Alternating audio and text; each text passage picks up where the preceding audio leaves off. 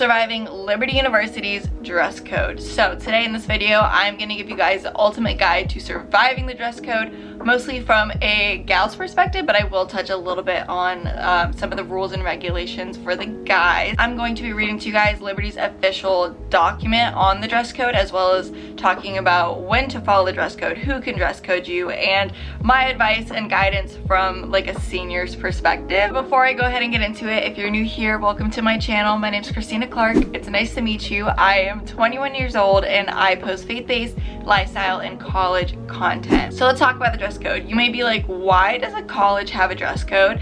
And that's a completely normal question to have. I had the same myself, and basically Liberty wants to provide a modest atmosphere, especially because it is recognized as a Christian university.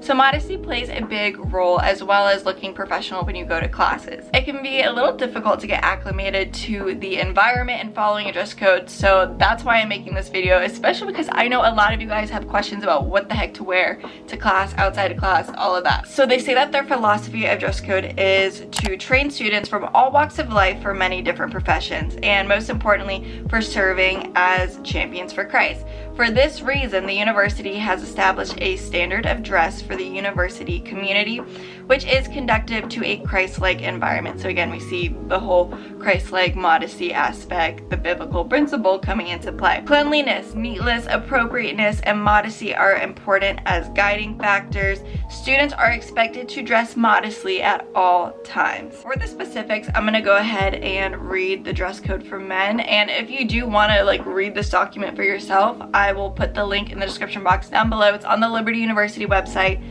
But it says the dress code for men: hair and clothing styles related to a counterculture as determined by the Dean's Review Committee are not acceptable. Okay, so anything that the dean's like, nah, it's not gonna pass. I'm assuming that's what that means. Hair should be cut in such a way that it will not come over the ears, collar, eyebrows at any time. Interesting. Ponytails for men are unacceptable. Facial hair should be neatly trimmed. Earrings and or plugs are not permitted on or off campus, nor is body piercing. So there's a subheading that says student teaching, field experience dress, and class presentation. So basically this is in class dress. When you go to class, and you know, whether it's an 8 a.m. or like a 3:30, whatever, you have to follow these guidelines. Neat slacks, dress shirt with tie or collared shirt, golf polo shirt or turtleneck. All shirts must be tucked in. Discreet logos acceptable, no large writing or logos. Dress or dressy casual shoes, no sandal type shoes or flip-flops. Socks, no headgear, and that includes hats, bandanas, and etc.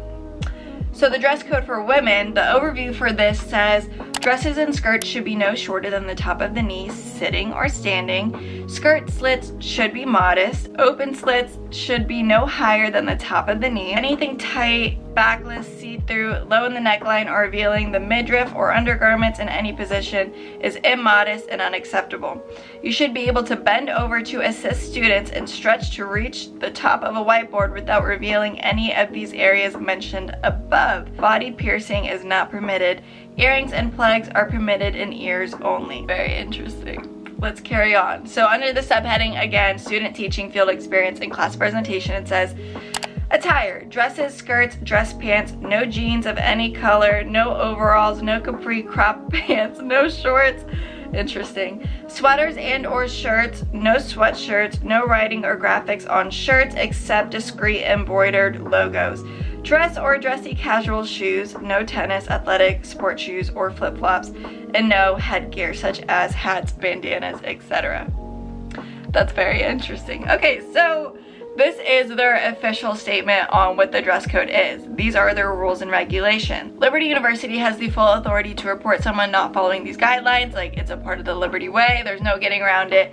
However, sometimes things aren't followed as strictly as they are in such documents.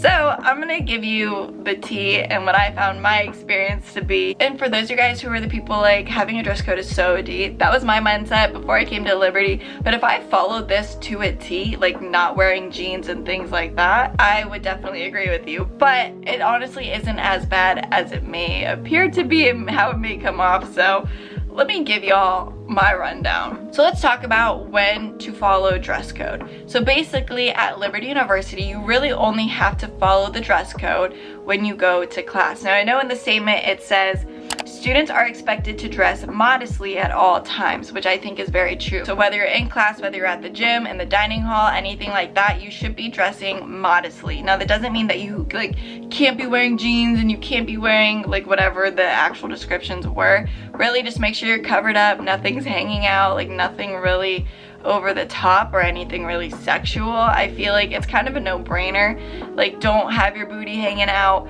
Make sure like you're not wearing low-rise shorts and a sports bra walking around, anything like that. So really the only time you should be truly actively thinking about the dress code is when you're going to class, or if you have a presentation or student teaching, if you are a GA.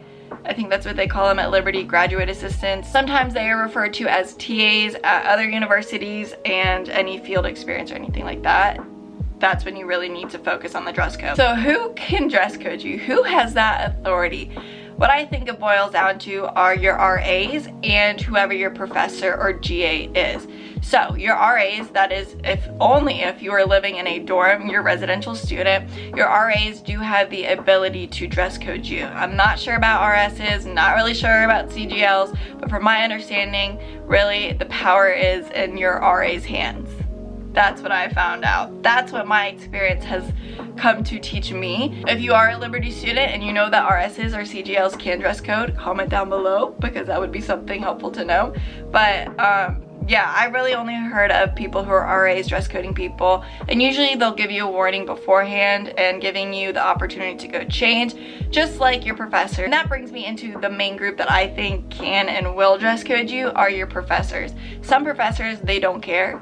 Some professors, they really do care and they're very strict about it. It's really like the luck of the draw and the classes that you sign up for and the different professors that you choose. I know there's the kind of question, well, is it better to be in a smaller class than a larger classroom because maybe you can get away with something? And honestly, here's the deal. If you're in a smaller classroom, there's more eyes on you because there's less students in there, but it's also more relaxed and chilled. I think if you have a really lax professor and you have a small classroom, you don't really have to worry about it. I mean, of course, if anything's like really over the top, if you're wearing booty shorts or something that's very obviously noted, then they will say something, but it's usually more of a chilled kind of vibe. But if you are in a smaller classroom and it is more of a lower classman kind of class or an intro class or 100s, 200s, then I would be a little bit more weary about that. But for bigger classrooms, you have more people, it's harder to single you out, but you also most likely will have a teaching assistant in there, a graduate student walking around. They can be pretty tough sometimes, I'm not gonna lie. I'm not trying to make this video seem like how to get away with the dress code.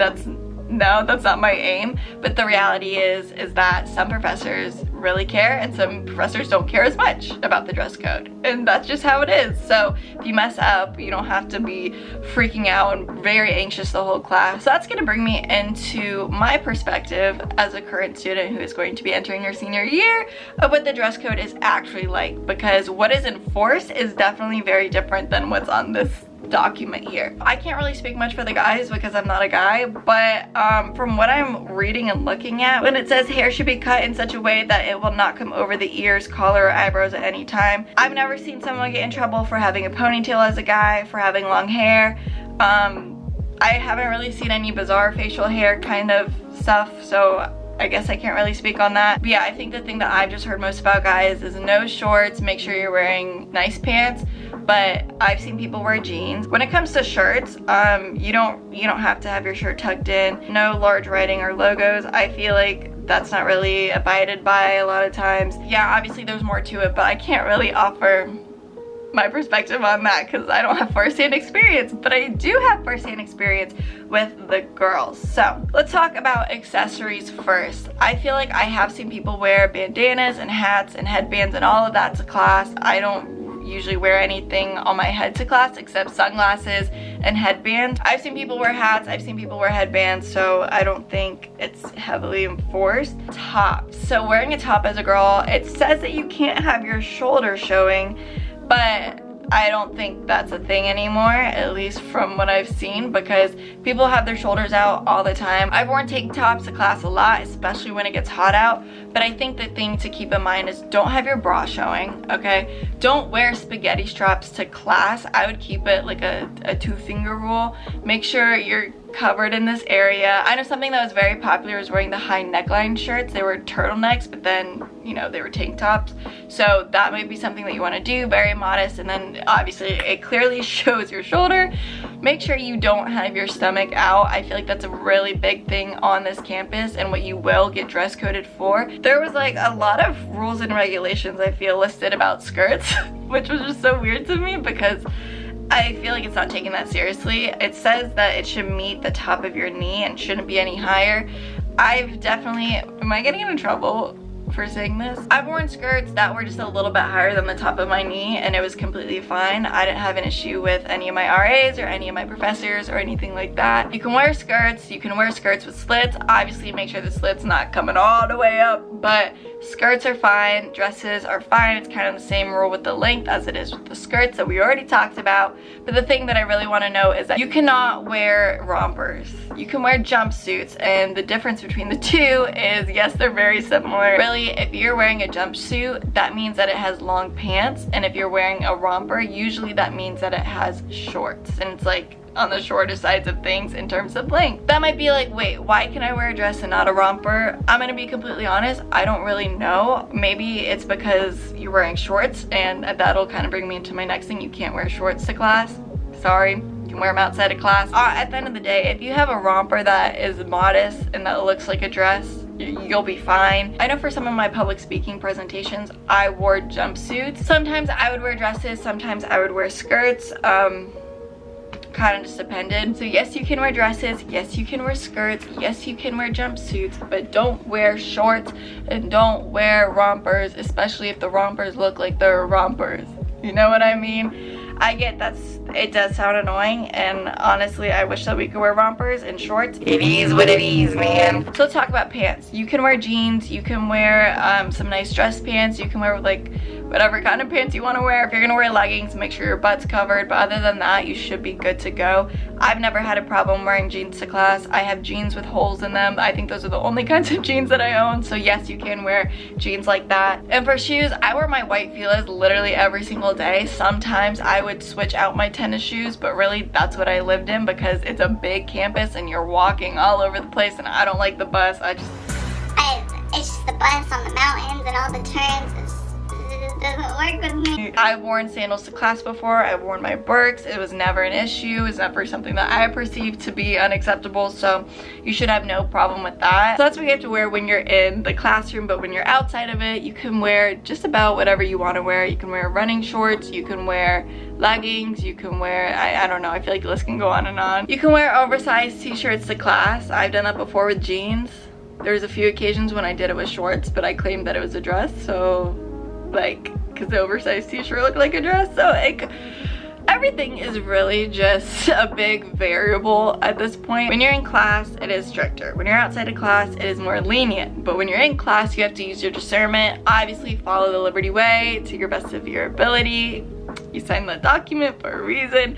But again, at the end of the day, some teachers and professors, you know, they're more strict about it and others aren't. The purpose for this dress code is to present ourselves as like the best representation that we can possibly be. We have a bunch of people who visit the campus that will sit in different lectures and whatnot, and obviously the biblical principle of dressing modestly. So it makes sense, especially if you're coming to a large Christian university. I feel like it's kind of to be expected.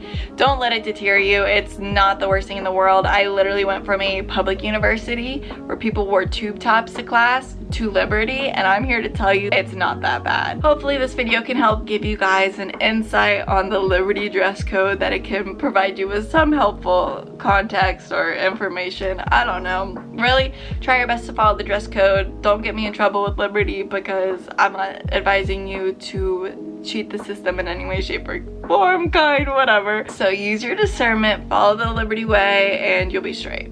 It's not that big of a deal, I promise.